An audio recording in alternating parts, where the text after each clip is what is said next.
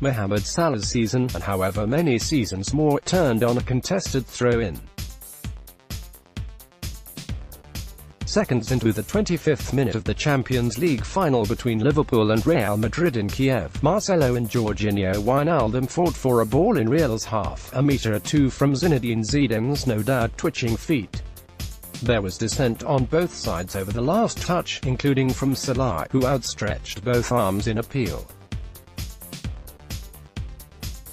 The ball was finally awarded to Liverpool. Trent Alexander-Arnold raised it over his head. Four Liverpool players pushed deeper into Real territory. 6 Real players kept watch. Salah, playing on the right, had advanced the farthest, which pushed him into the defensive orbit of Sergio Ramos, perhaps the most dangerous player in the world. The instant Alexander-Arnold released his throw, Salah burst on a line toward the center of the pitch. Ramos, a step behind, gave his usual determined chase.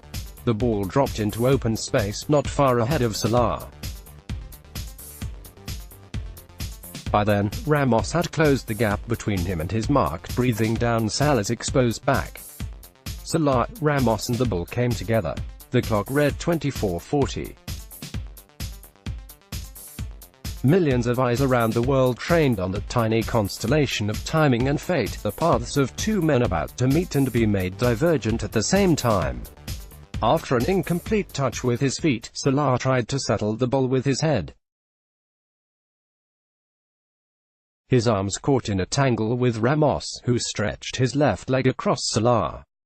Ramos found a sliver of the ball but more of Salah, and the two began tumbling to the ground. In that frozen moment, everything was still possible. The game was scoreless. Nobody was hurt.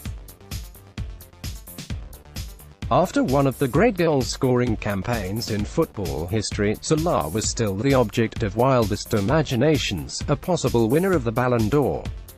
The weight he carried was that of the most optimistic projections. There was only hope. If Liverpool could have sold him in that instant, they should have. That was Salah at the stock, at peak value. He will never be worth more than he was worth then. Liverpool should still sell him. His value might be less than it was 24 minutes and 40 seconds into the Champions League final, but it will only continue to drop.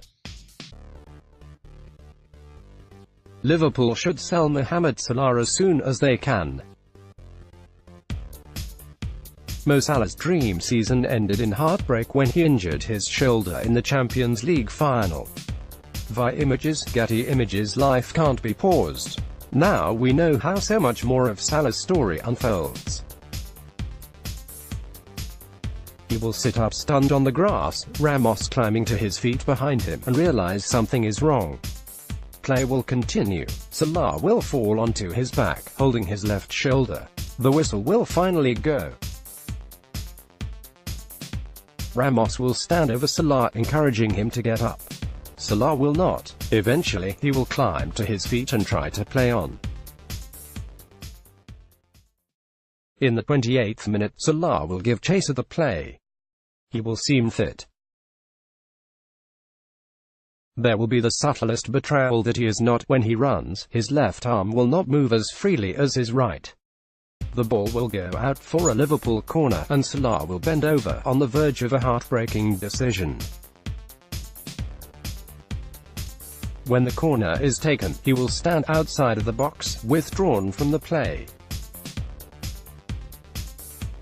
After the whistle is blown, the ball dead, he will return to the grass, a little more than 3 minutes after Ramos had first brought him there. The difference this time is that Salah will be crying. He will be carried from the game by his flood of tears. Liverpool will lose 3-1. Days of speculation will follow, whether Salah will be fit for the World Cup, whether he will continue to lift Egypt to historic heights. There will be light. His injury will be deemed not as serious as first feared. But Salah will mysteriously sit for his country's first World Cup match since 1990, a loss to Uruguay on his 26th birthday. He will start the next game against Russia but be mostly lifeless in it, potting a penalty after the hosts have built an insurmountable lead. After speculation that he is quitting the national team, Salah will start in a stunning 2-1 loss against Saudi Arabia, scoring the chit that his most blindly faithful fans will cast as face-saving, however thin, however hollow. What will happen next? Nobody knows, of course, just as nobody knew that a young Egyptian would arrive in Liverpool with relatively modest fanfare and score more goals with his left foot in a season than any other player in Premier League history. But a closer look at Salah's season, including its sad end, suggests that the best for him is no longer yet to come. His best has happened. Is Salah the third best player in the world? Following his record-breaking season, the FC crew debate whether Mohamed Salah has surpassed Neymar as the best player after Messi and Ronaldo. If there was a single game that encapsulated Mohamed Salah's season at Liverpool, it was the second leg of the Champions League quarter-final against Manchester City. It was a night when he did almost nothing, except that he did everything. Liverpool had won the opening leg in convincing fashion, 3-0 at an ecstatic Anfield, including Salah's opener in the 12th minute. Liverpool's advance was all but assured. A single goal in the second leg should seal it. The only complication was that the goal would have to come against one of the greatest football teams ever assembled at the heaving, pride-stung Etihad. It took 2 minutes for City to score. Manchester, city of football miracles, was about to bear witness to another. There were 88 minutes to go. Salah had started his night in his usual way. He stood alone on the grass in silent prayer. For what seemed an interminable amount of time, that was the closest he came to anything like action. He didn't touch the ball until the 7th minute. He seemed helpless to prevent City's rising in the back, always 2 steps out of position. If he did more than walk, he jogged, looking like a man trying his half-best to catch a bus. His manager, Jurgen Klopp, took notice. In the 26th minute, he directed Salah to switch from the right to the left, trading places with Sadio Mane. A minute more, and he pushed Salah to the middle, moving Roberto Firmino to the left. Mo needed a little bit to come into the game, Klopp said after. Mo did not come into the game, not even a little bit. He remained in the role of pure striker to open the second half, high and alone, but Mane made the greater attacking efforts. In the 56th minute, Salah fed him a short ball, which Mane carried deep into the City box. Salah trailed behind him, watching his more energetic teammate break through. Mane fell when Edson dived at his feet. The ball spilled into open space. Salah pounced. He took a single touch, pushing the ball farther to the outside of the goal, and then lifted a soft, looping shot into the back of the open net, perhaps the most critical in his season-long collection of perfect finishes. He ran toward the Liverpool supporters in the raging corner of the ground, his hands in the air beside him. He looked as though he might have returned to his prayers. Instead, he was once again the answerer of them. Asked to describe how the moment felt on the pitch, Alex Oxlade-Chamberlain used a single word: relief. Liverpool would win the match, 2-1, and the quarter-final with surprising ease. Now they would face Roma, Salah's previous side, in a fairy tale semi. The football story of the year seemed destined to have its happy ending. It didn't matter that despite Klopp's tactical assistance, Salah had managed only 31 touches in the game, the fewest of any starter. For comparison's sake, Mane had 64. Firmino, who scored Liverpool's second goal, had 52. Salah had just 14 touches in the attacking third. He completed 67% of his 21 passes. He made 0 tackles. He had a single shot.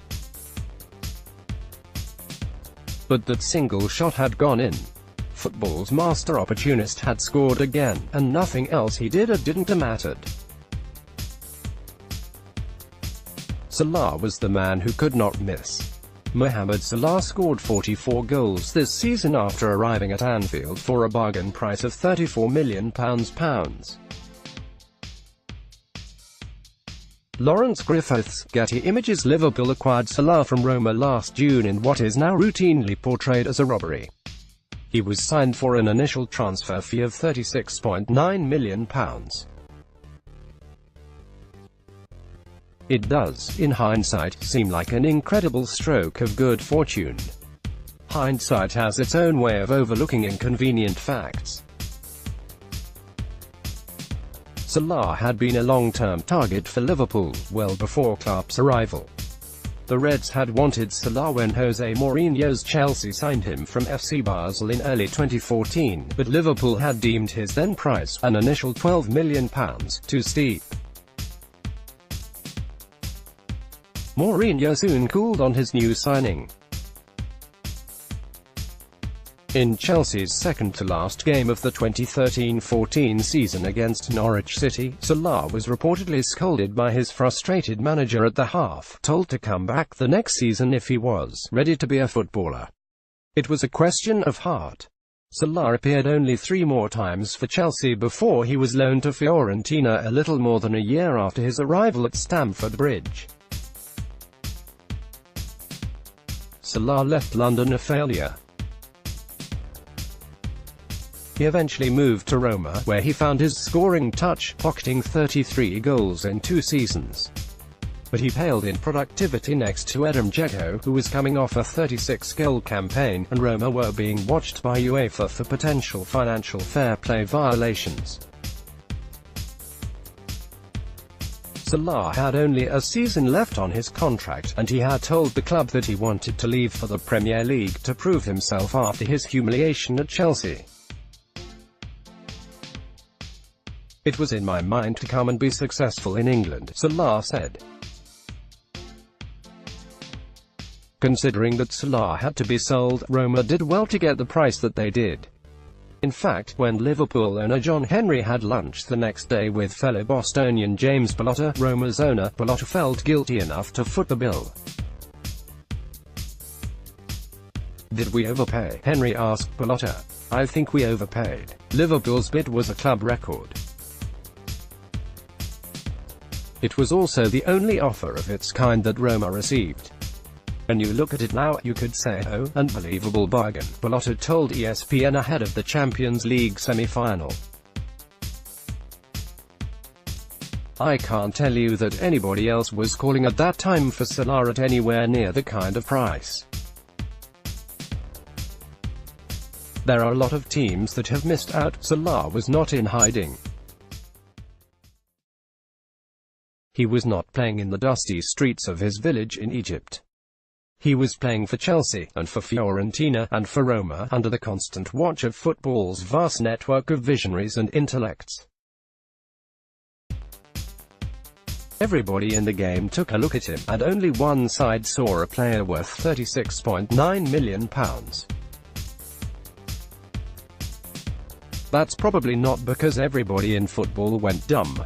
Now, after a single, incredible 44-goal season, and after Neymar's explosive signing with Paris Saint-Germain warped the transfer market, and after Liverpool themselves sold Philippe Coutinho to Barcelona for 9 figures, there have been suggestions that Salah might be worth more than £150 million, or nearly 4 times his purchase price from only a year ago. Virtually any other asset, in virtually any other business, that had appreciated that much in such a short period of time would be considered almost too hot to touch. But football is not any other business. Sometimes everybody in football goes dumb.